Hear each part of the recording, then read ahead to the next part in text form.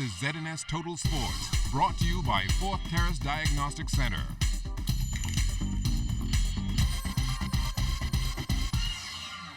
Welcome to sports, everybody.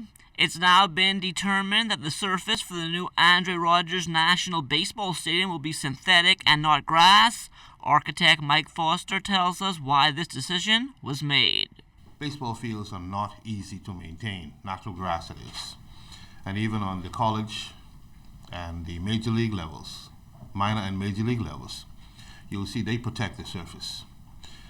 If we are to satisfy the opportunities for persons to play on a regular basis, local people as well as whatever events may come, we have to put in a surface that is realistically maintainable.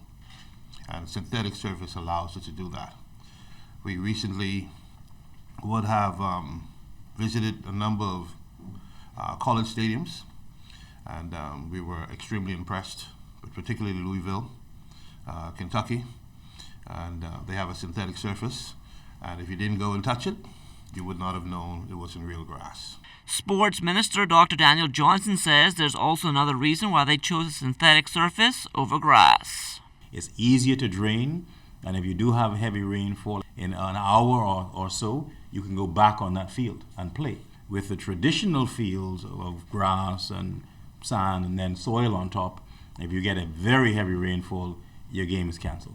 After being traded from the Miami Marlins organization to the Atlanta Braves, Anthony Seymour is now looking ahead to the 2017 season, and he knows what he needs to do. I just have to stay focused, be more consistent, and once I get more consistent, then I'll start to move and develop quicker and learn much better. Defensively, you guys know I was playing shortstop with the Marlins, but now the Braves they want me to move back to patrol outfield, so let's see how that takes me this year. It's just what you put in, the work you put in, the time you put in, and the game will reward you with all the hard work and effort you've been putting in this game.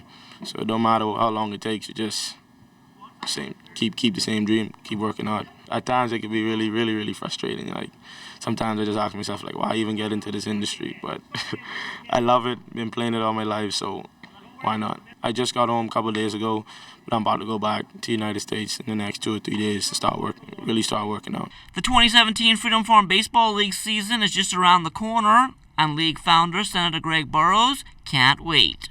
Next Saturday is our draft day, and after that it's on. We have a lot of excited coaches. We had a Saturday pass, we had a showcase, and they're ready to go. The Bahamas Football Association pushing forward its new beach soccer stadium ahead of next year's World Cup. And one decision that still needs to be made is the type of sand that will be used. We played on some tough sand in the region. Volcanic sand we had to play on in El Salvador, which is very tough to play on.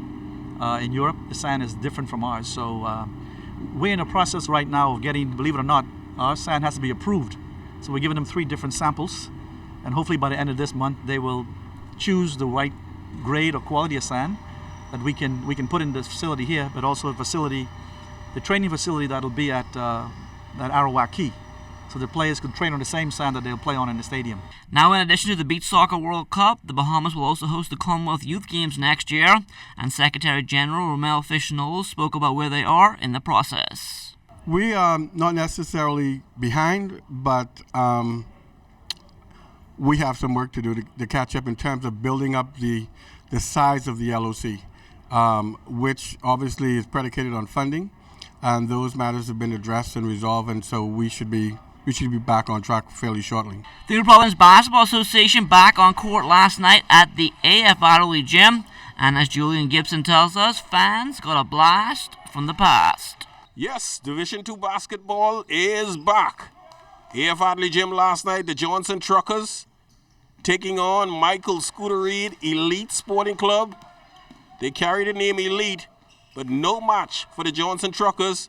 Well, they made it close in the third quarter, but down the stretch, Johnson Truckers winning 86-76. We started to get a little stagnant on the defense, so I got to sub in a couple guys who are already offensive, so we could run a couple of our players to get easy shots. Coach got on us, and he made us play hard. He tell you stick with it, stick with the game plan, keep doing what you got to do, and that the game will come to us. We had to put a little more pressure on the defense, and we had to really get clicking to get on offense, and we just pulled through at the end. Start to play, you know, some bad transition defense, start giving up a lot of layups, and then the fire from the first 3 quarters wasn't there no more. We break down, everything fall apart. The team just started getting frustrated. They started to give up. But next time we play some more defense. Reporting for ZNS Total Sports, I am Julian Gibson. The best of the best regatta is set for December 1st through the 4th in Montague Bay, and regatta consultant, the Reverend Dr. Philip McPhee, expects some upsets. We have 9 of the top C-class boats. I personally believe that Willie K will get beat. Will either get beat by one of those other 8 boats. I don't think that Long Island will win the C. I don't think they'll win the A. They have a possibility of winning the B, and that might be slim because I understood now that some of my friends who are the kings and the queens around here have negotiated to pull some people into their camp. That might give Susan Chase a fight for her life. And that will do it for sports. Stay tuned, checking weather still to come.